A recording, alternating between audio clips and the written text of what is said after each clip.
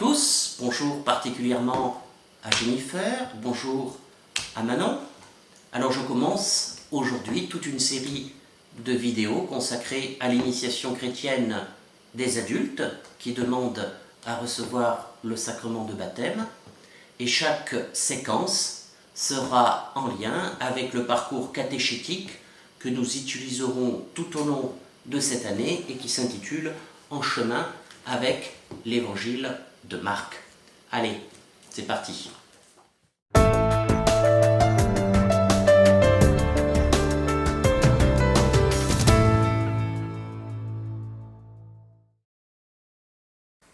Voilà, alors bienvenue à tous, chers néophytes. Nous voilà véritablement en chemin vers la célébration de votre baptême, synonyme pour tous, d'une nouvelle vie, d'un nouveau départ, d'un nouveau commencement dans le rapport que vous entretenez déjà avec vos proches, avec le monde, avec l'Église aussi, avec Dieu et puis bien sûr avec vous-même. Votre décision de recevoir le baptême s'enracine dans une histoire personnelle qui vous est propre et qui à ce titre est absolument unique. Et comme toutes les histoires, la vôtre, j'en suis certain, a eu un commencement, proche ou lointain, qu'importe. Peut-être en effet votre désir du baptême a-t-il commencé suite à un événement important, déterminant, ou bien par un questionnement, ou encore par le truchement du témoignage de quelqu'un de proche. Ce qui est certain, c'est qu'à l'origine de votre désir de recevoir le baptême, il y a, j'en suis sûr, une rencontre, même fugitive, une rencontre entre Jésus et vous. Car nul ne vient vers Jésus sans que lui-même ne l'ait permis et souhaité. Si donc vous m'écoutez aujourd'hui, c'est que le Seigneur, incognito, a travaillé déjà en amont votre cœur. Alors, notre parcours, nous l'avons vu la dernière fois, a pour toile de fond l'Évangile selon saint Marc. Alors attardons-nous un instant sur ce personnage, sur qui était saint Marc. Tout d'abord, la Bible, vous le savez, occupe une place privilégiée dans la vie de l'Église, car les chrétiens croient qu'à travers elle, Dieu nous parle et nous révèle qui il est et quelles sont ses intentions à notre égard. Mais tous les livres qui composent la Bible ne sont pas, sur le même plan. Il y a les livres, pour faire simple, il y a les livres liés à l'Ancien Testament et les livres liés au Nouveau Testament. L'Ancien Testament se caractérise par la promesse d'un sauveur pour l'humanité. Le Nouveau Testament, quant à lui, se caractérise par la réalisation de cette promesse qui se réalise en Jésus qu'on appelle le Christ. C'est donc en Jésus-Christ que s'opère, la jonction entre l'Ancien Testament et le Nouveau Testament. Sans la venue de Jésus, l'Ancien Testament n'aurait aucun sens. Il ne serait qu'une succession d'événements sans sens particulier. Et sans la venue de Jésus encore, le Nouveau Testament n'existerait tout simplement pas. Alors parmi les livres qui composent le Nouveau Testament, on en distingue 4 qu'on appelle les évangiles.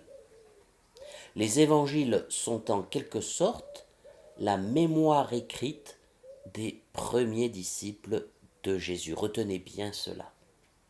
Car avant d'être un texte, les évangiles sont, la mémoire des premiers disciples de Jésus. il nous relate les faits et gestes de Jésus et comment, à partir de ces faits et gestes, les apôtres ont peu à peu perçu en Jésus beaucoup plus qu'un simple homme, mais Dieu lui-même, en personne, en chair et en os. Alors l'Église reconnaît 4 évangiles dits canoniques, car c'est bien à partir de ces 4 témoignages que la véritable foi en Jésus-Christ, Fils de Dieu, s'est trouvée en quelque sorte normée, réglée. Il y a ainsi dans l'ordre l'évangile de Matthieu, l'évangile de Marc, l'évangile de Luc et enfin l'évangile de Jean. Tous les 4 nous offrent des observations complémentaires sur Jésus, des observations à partir desquelles, je le disais, donc, s'est élaborée la foi de l'Église. Marc, pour nous, puisque c'est lui qu'on va étudier, compte parmi les premiers disciples de Jésus, bien qu'il ne fût pas un apôtre. Très proche de Pierre lorsque ce dernier prêchait la foi à Rome, il écrivit son évangile, pense-t-on, quelques 30 ans après la mort et la résurrection de Jésus. Ces souvenirs, qui sont peut-être davantage ceux de Pierre, du reste, sont donc encore très proches des événements vécus et à ce titre très intéressants à lire. Marc ne cherche pas à faire une œuvre littéraire qui aurait mérité le Goncourt de son époque, c'est pas son propos. Il cherche simplement à témoigner de sa foi en Jésus-Christ, à rendre compte de sa foi, sans artifice, mais avec beaucoup de petits détails croustillants, que sa mémoire encore fraîche lui permet de noter. Comme son témoignage est plus court que les 3 autres, et donc plus facilement mémorisable et assimilable, c'est son évangile qui servit de guide pour instruire à Rome tous ceux qui demandaient le baptême et qu'on appelait alors des néophytes.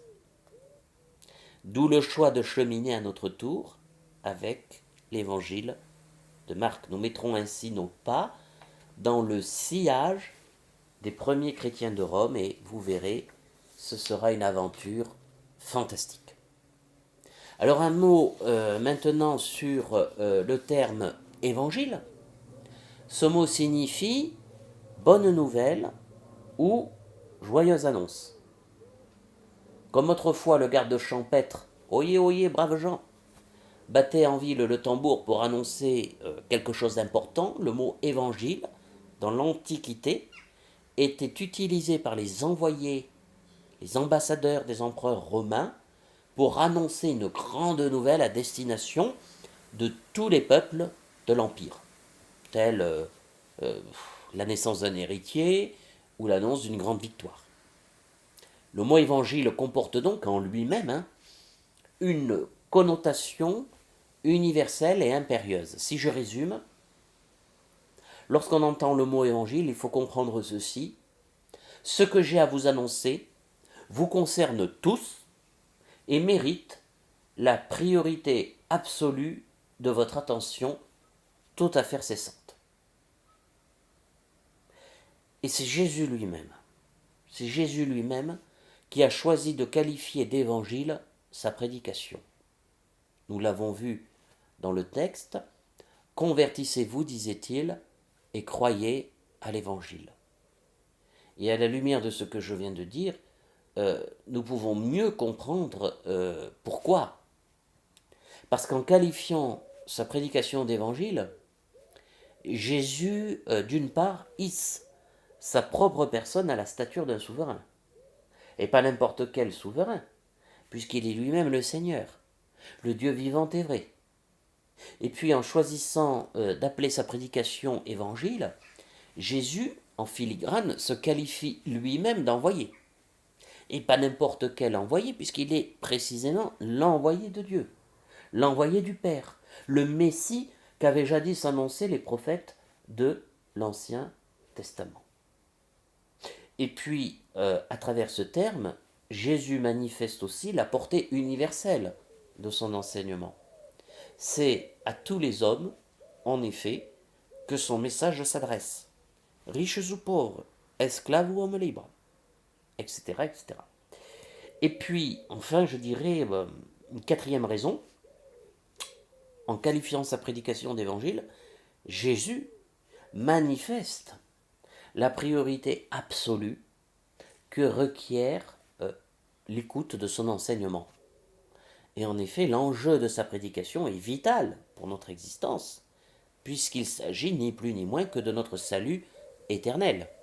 D'où l'invitation explicite à nous convertir dans la joie. Alors, voilà pour cette première séquence qui va nous introduire à l'évangile de Marc, l'évangile des catéchumènes de Rome. Nous commencerons la semaine prochaine l'étude du premier chapitre qui nous est proposé, à savoir le récit du baptême de Jésus dans les eaux du Jourdain. Alors, d'ici là, portez-vous bien et que le Seigneur vous bénisse. À bientôt.